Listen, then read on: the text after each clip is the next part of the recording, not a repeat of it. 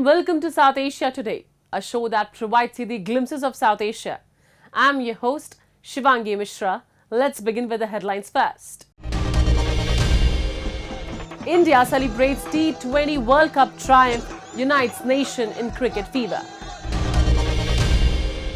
Pakistani Christians protest sentencing of Christian man over blasphemy. And monarchy and Hindu state key to Nepal's future stability, says pro-monarch leader Rajendra Lingadin. Let's begin the show. Cricket is akin to a religion in India, where young enthusiasts strive tirelessly to join Team India and represent the country internationally. The cricket-crazy nation received a significant boost as the Indian cricket team clinched the T20 World Cup title in Barbados. Let's explore why cricket continues to captivate the youth in India.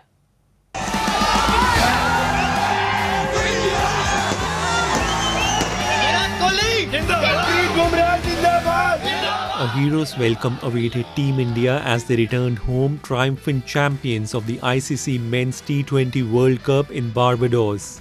Amidst a sea of jubilant fans, the streets transformed into a carnival of cheers, tricolour flags and beating drums. The victory reflects the joy and pride of a nation united in celebration. The players, adorned with garlands and smiles, held the coveted trophy high, symbolizing their hard-fought victory.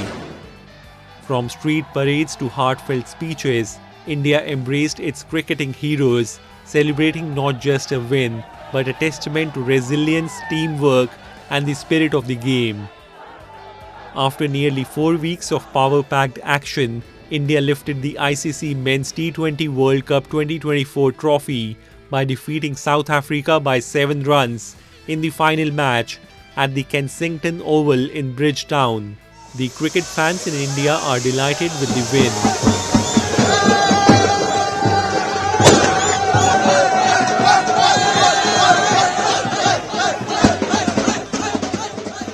Rohit Sharma deservingly deserves this trophy. So many heartbreaks, 2023, 2023 WTC final, and now finally we have World Cup which we have won. बहुत close match था और India की team ने कर दिखाया. हजारों Indian का विश्वास जो इंडिया टीम के ऊपर था, इंडियन के प्लेयर्स ने उसको प्रूव करके दिखाया है. भारत माता की. Cricket has even caught the fancy of Indian Prime Minister Narendra Modi, who invited the victorious team to be part of the national celebrations. He praised the team for their dedication, resilience and exemplary teamwork, which brought immense pride to the nation.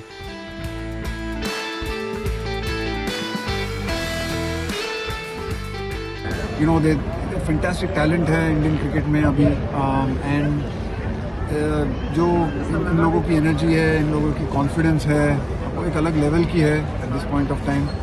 और मुझे पूरी उम्मीद है और मैं चाहता हूँ भी ये भी हूँ कि ये एक जो शुरुआत थी, बहुत दिनों से हम ये खोज रहे थे एक आईसीसी ट्रॉफी, और इस कॉन्फिडेंस को आगे लेके जाके मेरी पूरी उम्मीद है कि आगे जाके इंडियन क्रिकेट बहुत सारी ट्रॉफीज जीतेगी अगले 4, 5, 6 सालों में. This is a great achievement. I mean, after 11, 12 years, if we are winning the World Cup by defeating South Africa and many other countries, so it's a great achievement. The Indian Premier League, started in 2008, revolutionized cricket with its mix of entertainment and sportsmanship. It drew global stars, highlighted local talent, and gained corporate sponsorships that boosted player earnings, facilities, and grassroots programs across India.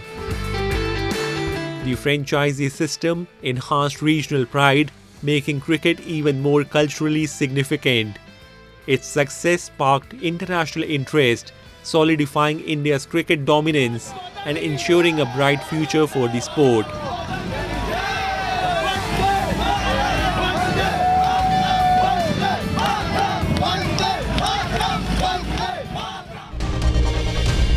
Minorities in Pakistan have been suffering due to draconian blasphemy laws, which are frequently misused to target them on false allegations. These laws, rather than protecting the vulnerable, have become tools of oppression, leading to grave consequences for religious minorities. Recently, dozens from Pakistan's Christian community rallied in the streets of Karachi against the death sentence given to a Christian man convicted of blasphemy. The protest, organized by the Christian community and civil society, highlighted ongoing tensions and the urgent need for justice and minority rights in Pakistan.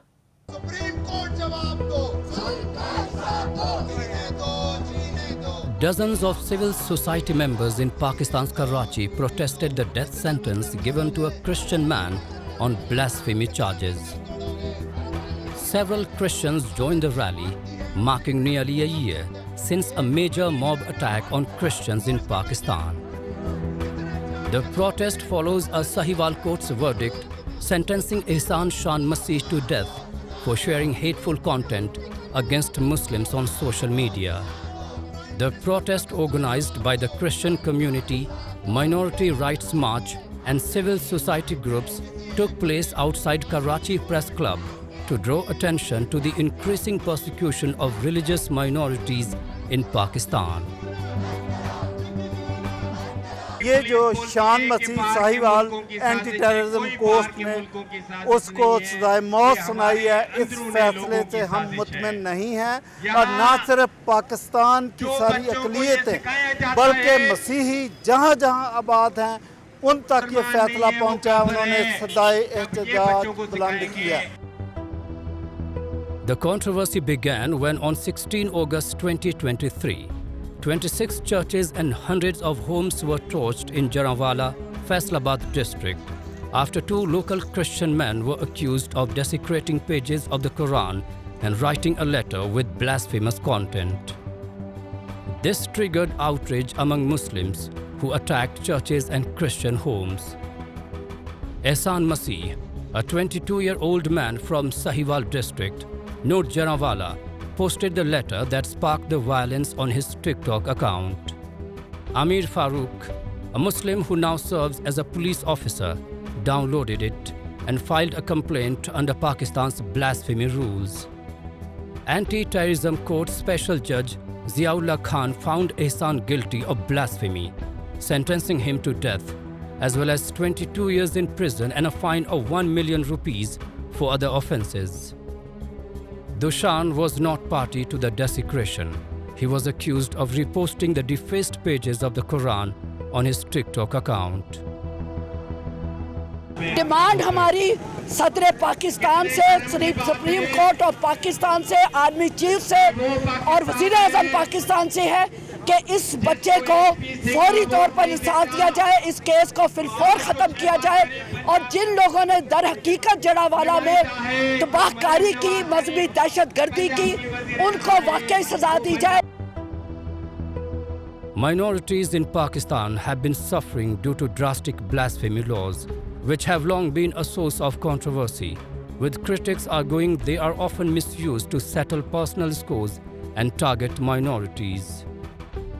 The Human Rights Commission of Pakistan, in its latest annual report, mentioned the Jaranwala mob attack and stressed that violence in the name of religion has increasingly become the status quo in Pakistan.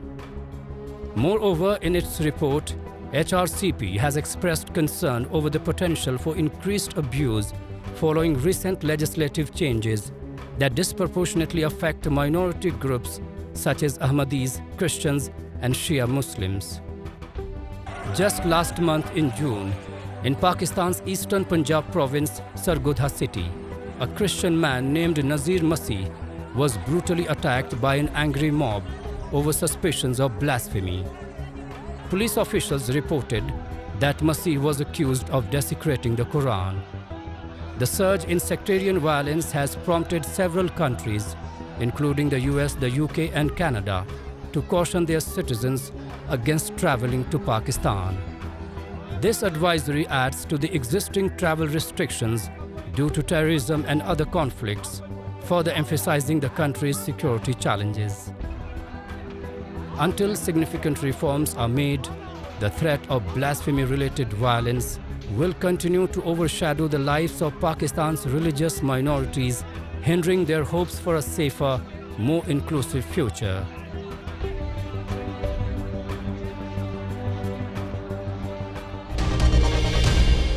Now we take a look at some happenings in Asia in a segment called Asia Watch.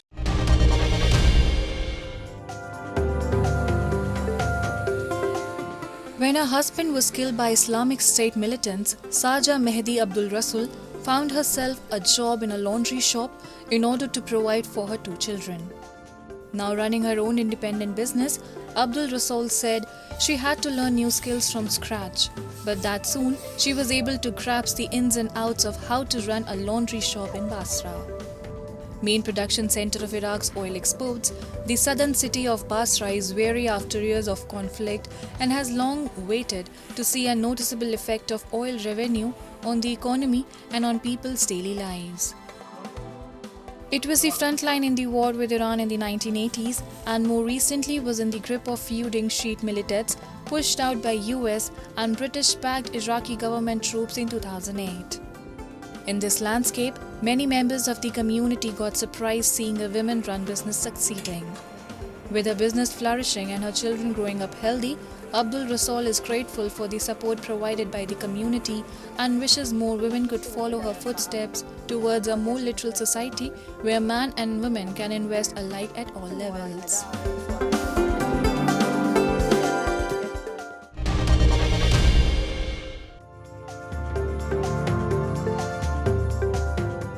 Sri Lanka will save $5 billion in interest owed to bilateral creditors as part of its debt restructuring process, President Ranil Wickremesinghe said, adding that the funds will be used to boost dollar reserves and restore growth. The cash-strapped South Asian country inked deals with China and other creditor nations to restructure about $10 billion in bilateral debt last week, following 15 months of negotiations, Wickremesinghe told Parliament. The agreements brought Sri Lanka closer to the end of a debt restructuring process that began in September 2022 after its foreign exchange reserves hit their lowest levels and forced the island nation to default on its foreign debt for the first time. Sri Lanka, whose total external debt is $37 billion, also has to finalize arrangements with China Development Bank to restructure debt of $2.2 billion, according to latest Finance Ministry data. Once the entire debt restructuring process is completed, Sri Lanka hopes its debt burden will be reduced by $16.9 billion.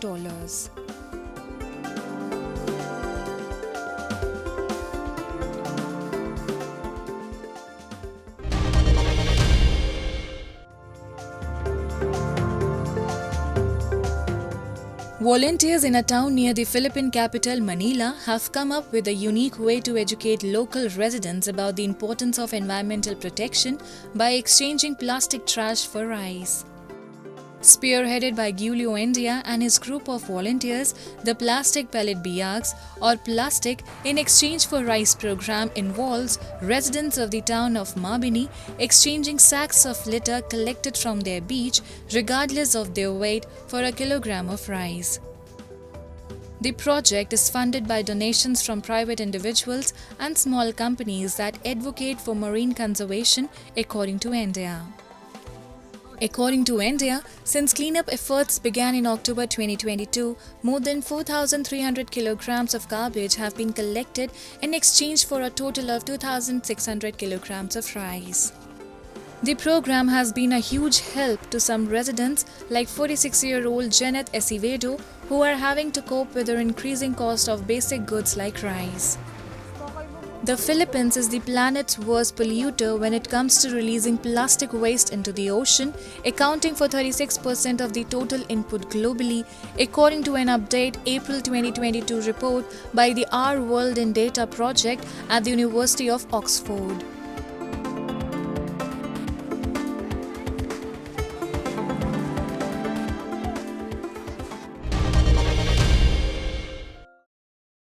Moving on to Himalayan nation Nepal, the interplay between Hindu state and monarchy has historically shaped its political and cultural landscape. The latest right-wing pro-monarch leader asserts that only the return of the monarchy and the declaration of Nepal as a Hindu state can restore stability to the Himalayan nation.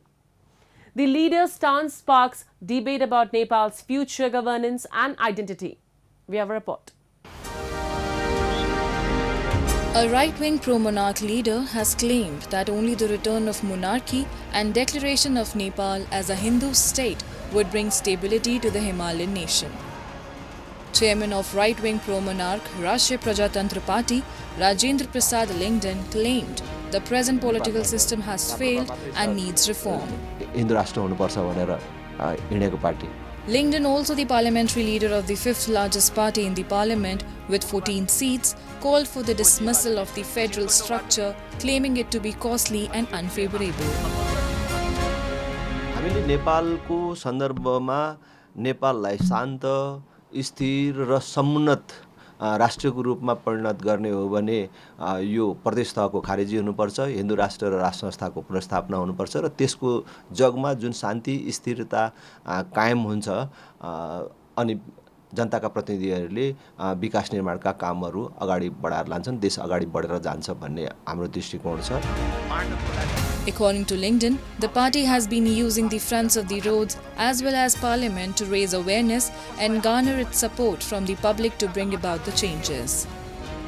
The pro-monarchist leader stated that the party would convince existing parties to agree on a point to make changes in the constitution, making them realize a failure in delivery which was promised at the time of change.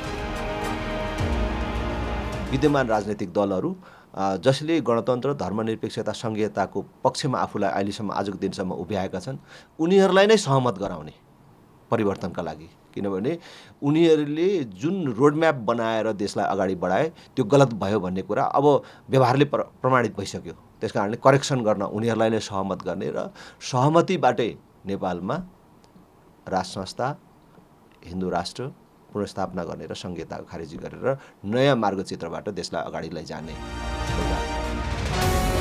Demands for a pro-monarch system have continued to rise in the Himalayan nation in recent years, with huge turnovers since in the protests called by various pro-monarch groups. Thousands of people took part in a pro-monarch protest organized in the capital Kathmandu on November 23, 2023, which clashed with the police for hours, where pro-monarch chants along with others relating to loan shark laws were heard. Earlier this year on April 9, thousands of pro-monarch supporters rallied in Kathmandu and broke into a restricted zone in front of Singh Darbar, the administrative capital of the nation, defying the tear gas and water cannons used by the police. Nepal in the year 2006 had abolished a centuries-old constitutional monarchy. After then, King Gyanendra seized power and imposed an emergency, sending all the leaders under house arrest. The movement, also referred to as People's Movement Second, witnessed bloodshed with dozens killed in the crackdown against protesters by the government. Formed in the 1990s after lift of the ban on the formation of political parties by then monarchical system, the Rashtriya Prajatantra Party since then served as a force always supporting the kingship. It also has been taking part in periodic elections and presenting its demands forth.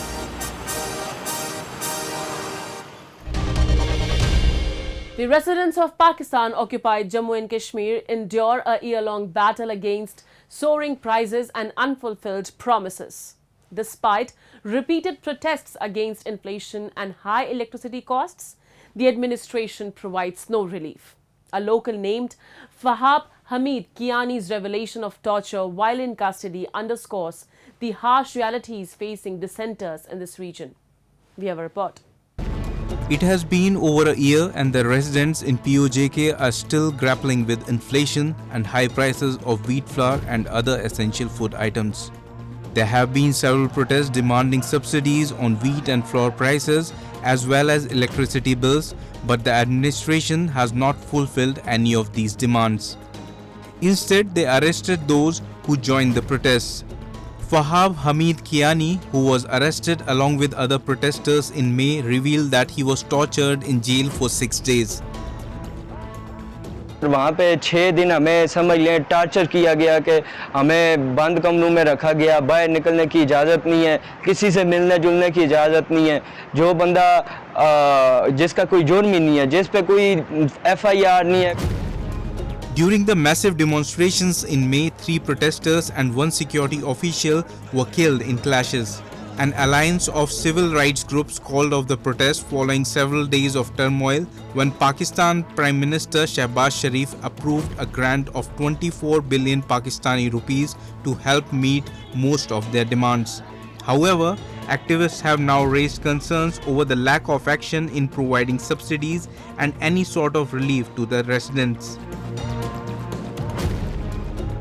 लेकिन हुकूमत इस वक्त अपनी हरदर्मी पर डटी हुई है और वो अभी तक जो है आवाम को सब्सिडाइज आटा और फ्री बिजली का हक जो है, फ्री बिजली का हक भी उन्होंने ना दिया। 3 रुपये फ़ी यूनिट जो उन्होंने ऐलान किया, 3 रुपये 5 रुपये, तो वो भी जो है अभी तक उन्होंने नहीं दिया। Wahab told reporters that administration has not resolved any of their issues and has failed to fulfill any of their primary demands. He also highlighted that charges of murder have been pressed against the activists, which he believes are bogus and intentional. जो है अभी तक मसाइल जो है वो हल नहीं हुए। हमारे बहुत से असीरान अभी भी रिहा नहीं हुए, जिन पे बेबुनियाद और बोगस FIR जो है वो उन पे लगाई गई है और उनको यानी 302 में अंदर किया गया है। जो ASI शहीद हुए उनको उनका जो कत्ल है वो उन पर डाला गया है। हालांकि FIR में पुलिस ने ये चीज़ खुद लिखी हुई है कि इनको उस कत्ल से आधा घंटा पहले हमने अरेस्ट कर लिया था। There are signs of unrest brewing among the residents over these demands. Locals in POJK are fed up with the administration and the authorities in the region. Heavy taxation and the lack of subsidies on food have disgruntled the local populace. Amidst inflation and a high degree of suppression from the administration, matters are getting worse in POJK. Now it's time for me to wrap up today's episode. We'll be back next week at the same time. This is Shivangi Mishra signing off on behalf of the entire production team of South Asia Today. Goodbye and take care.